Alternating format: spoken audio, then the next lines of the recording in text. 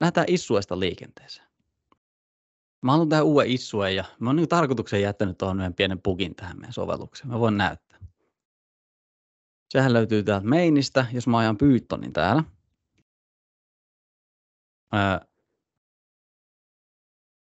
From app.main import punnykase. Ja nyt jos mä ajan funnycasein yhden kirjaimen sanalla, niin mä vähän niin kuin olettaisin, että mä saisin sieltä takaisin ison H:n. Iso H. Mutta sieltä tuleekin tämmönen ulos. Tää on bugi. Tää on leikistä joku löytänyt. Ja me käydään tekemään issua siitä.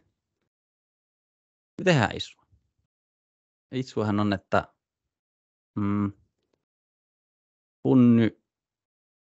mikä se on? Funnycase does not support. Tai even pahempi. Crashes with single letter strings. Ja itse myös lyhyemmillä. Shorter than two letter strings. Ja tähän kannattaisi testata. Ehdottomasti. Meillähän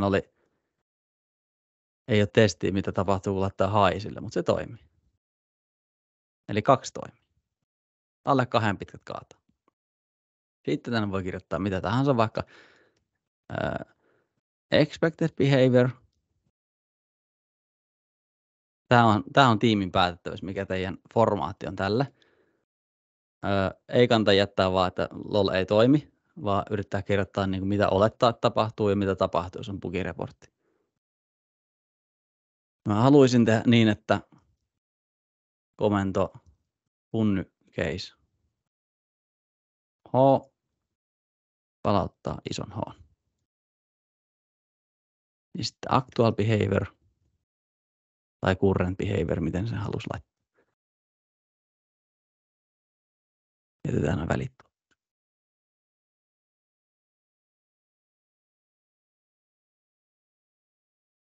On sitten se, että funnycase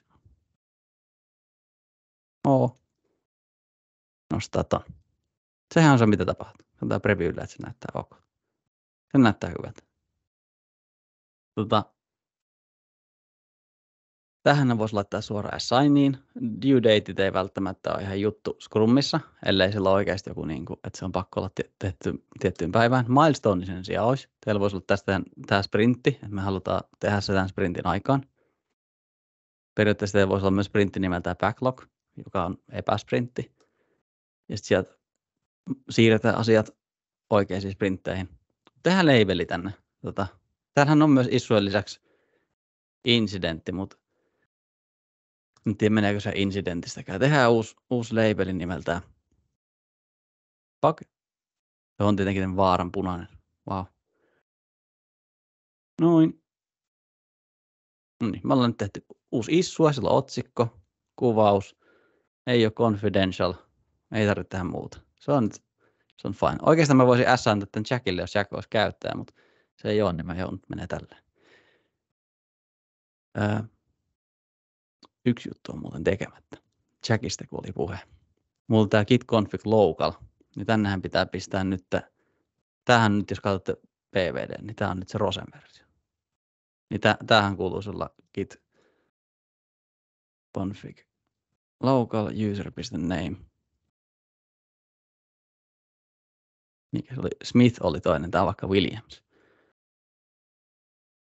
Tää on sitten user.email ja sen arvo on rose.williams@example.com. Nyt jos mä ajan git config local list, niin te näette kaikkea, mitä mä oon säätänyt. Eli siellä on tehty, että sen nimi on tommonen, ja mähän kävin vaihtaa siten, että toi core pager on tässä git-repos cat, eikä se defaultti less. Mä sulin, no että se on tasolla, jos tarviikin vielä. Se on paikoilla. Sitten tehdään toinen. Jotta voi tehdä konfliktin, meidän pitää tehdä 2 asiaa, jotka konfliktaa keskenään. Tehdään semmonen muutos, että me halutaan, että tämän funktion pystyy ajaa niin, että miten tämä middle muotoillaan, niin sen pystyy määrittämään jollain muulla funktiolla. Se ei ajakaan tätä loweria vakiona näin. Tai siis voisi ajaa sen vakiona. Mutta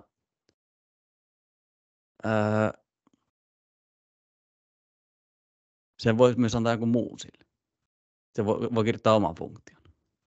Niin mä kirjoitan semmoisen. Tehdään uusi feature. Tää ei kuulosta ihan Epiciltä, tää on ihan vaan perus issue. Mutta tää on funny.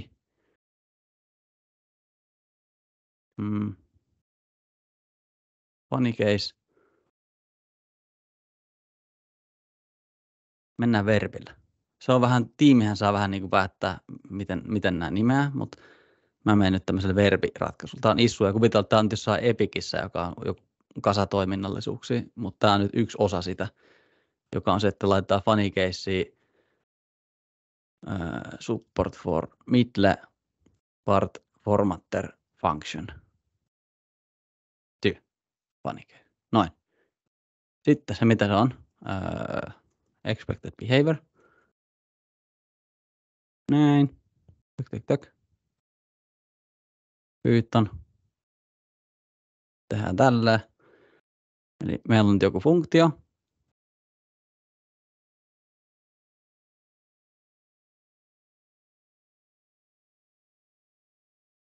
Make uppercase. Vaikka näin. Me halutaan, että sitä voi ajaa niin, että tehdään funny case.